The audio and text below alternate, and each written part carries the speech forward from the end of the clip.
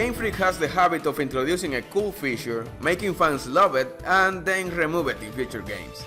A simple example would be how much we loved having Pokemon following us back in Heart Gold and Soul Silver, and then they got removed to never be seen again despite the walking animations of all Pokemon being in Sun and Moon's data. Darn it, that one could have been bad choice number 6. Anyway, I decided to take a look at some other bad choices that Game Freak has made over the years. Let's see what we have found. Number 1. Removing seasons. When I first played Pokemon Sapphire, I felt something was wrong.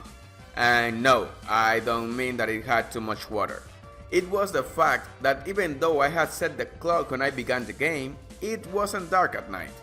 That didn't make any sense at all.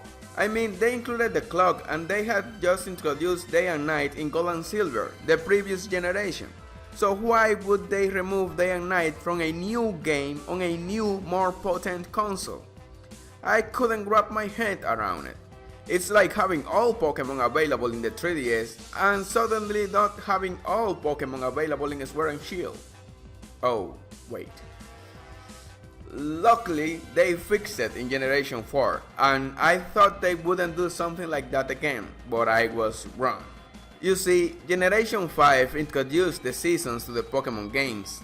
Every month we would get a new season that would change the environment up a bit.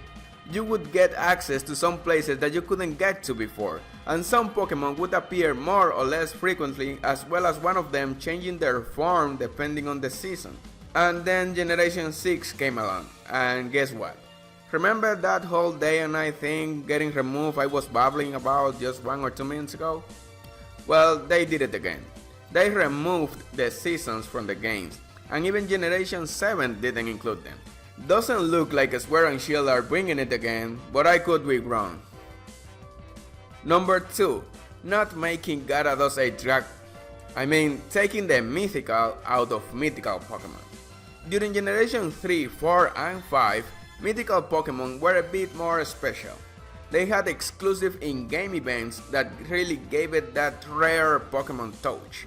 We could get Mew, Lugia, Ho, and Deoxys by going to these mystery islands that you could only get to if you had a special ticket. But after X and Y, mythical Pokemon have only been given to you by some dude at the Pokemon Center. Hey, have you heard about this really rare Pokemon called Diancie? I've been looking for it for 50 years and I still haven't found it. Oh, you mean this Pokemon? Wait, what? You have a Diancie? Tell me, where did you get it? I must know so I can get one of my own. Well, this guy just gave it to me at the Pokemon Center for some reason. It was just given to you by some dude at the Pokemon Center? Look, young man, if you don't want to tell me where you got it, that's fine, but you don't need to make up such lazy lies about it. No more special tickets, no more special items, just go into the Pokemon Center and that's it. Please, Game Freak, make Mythical great again.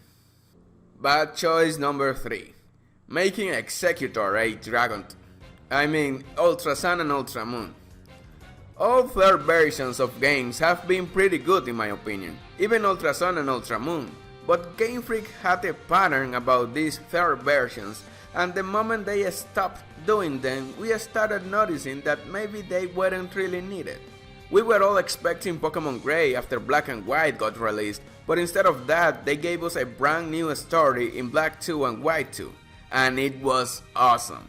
We got to see what happened to Unova after the events of Black and White with brand new characters mixed with the old ones.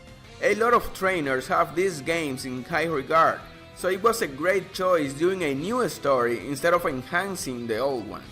Imagine if Pokemon Emerald and Platinum had actually been sequels. Don't you think that would have been pretty cool?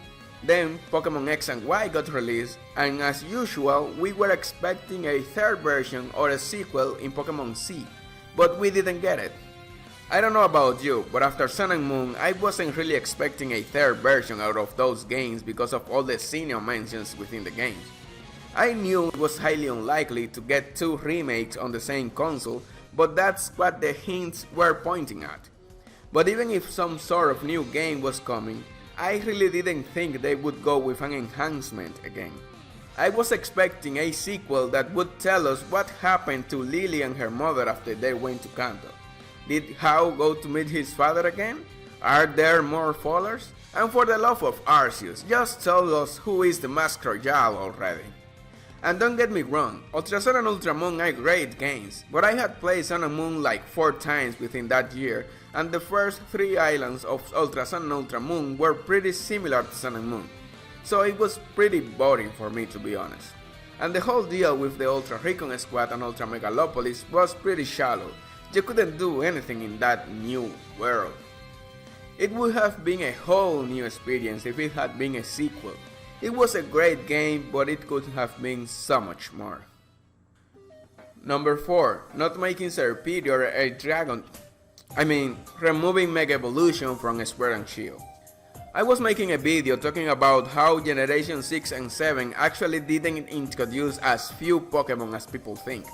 And the base of that argument was that Generation 6 actually gave us 48 new Pokemon hidden as Mega Pokemon, making it a total of 120 Pokemon instead of 72 in the case of Generation 6. And Generation 7 hid 18 as Alola forms, making a total of 104 instead of 86. But aside from the whole Pokédex fiasco in Sword and Shield, they also decided to remove Mega Evolution from the equation, and it would just make sense to assume that Alola forms are out of the Dex as well. The fact that Pokemon like Gallade and Tyranitar are in Galar but can't achieve Mega Evolution means that my whole point of considering Mega Evolved Pokemon as new Pokemon might not have been right after all. I still consider them as such though. Finally, number 5. Not giving Eevee a Dragon-type Eevee. No new evolutions to all Pokemon. While Mega Evolution gave new forms to all Pokemon, they are still temporary. Something I really liked about Generation 2 and 4 was the fact that it gave new evolutions to all Pokemon. I love Scizor, Steelix, Umbreon, Electivire, Mismagius, and, of course, Gallade. Not all of them are cool, but they can't nail it with every mon, wouldn't you say?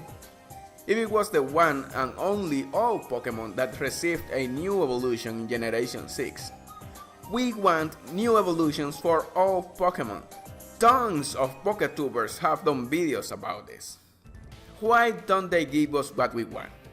I really wouldn't have mind if they just kept on releasing new Mega Evolutions for Sun and Moon over Z-moves, and the same thing can be applied to the Dynamax mechanic in Sword and Shield. I even made a poll on Twitter asking what they would prefer, and Mega Evolution has been the best mechanic.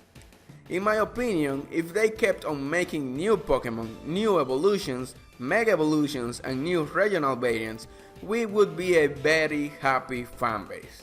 Well, that's all for today's video. Give it a like if you enjoyed the video and be sure to subscribe so you don't miss the next one. See ya!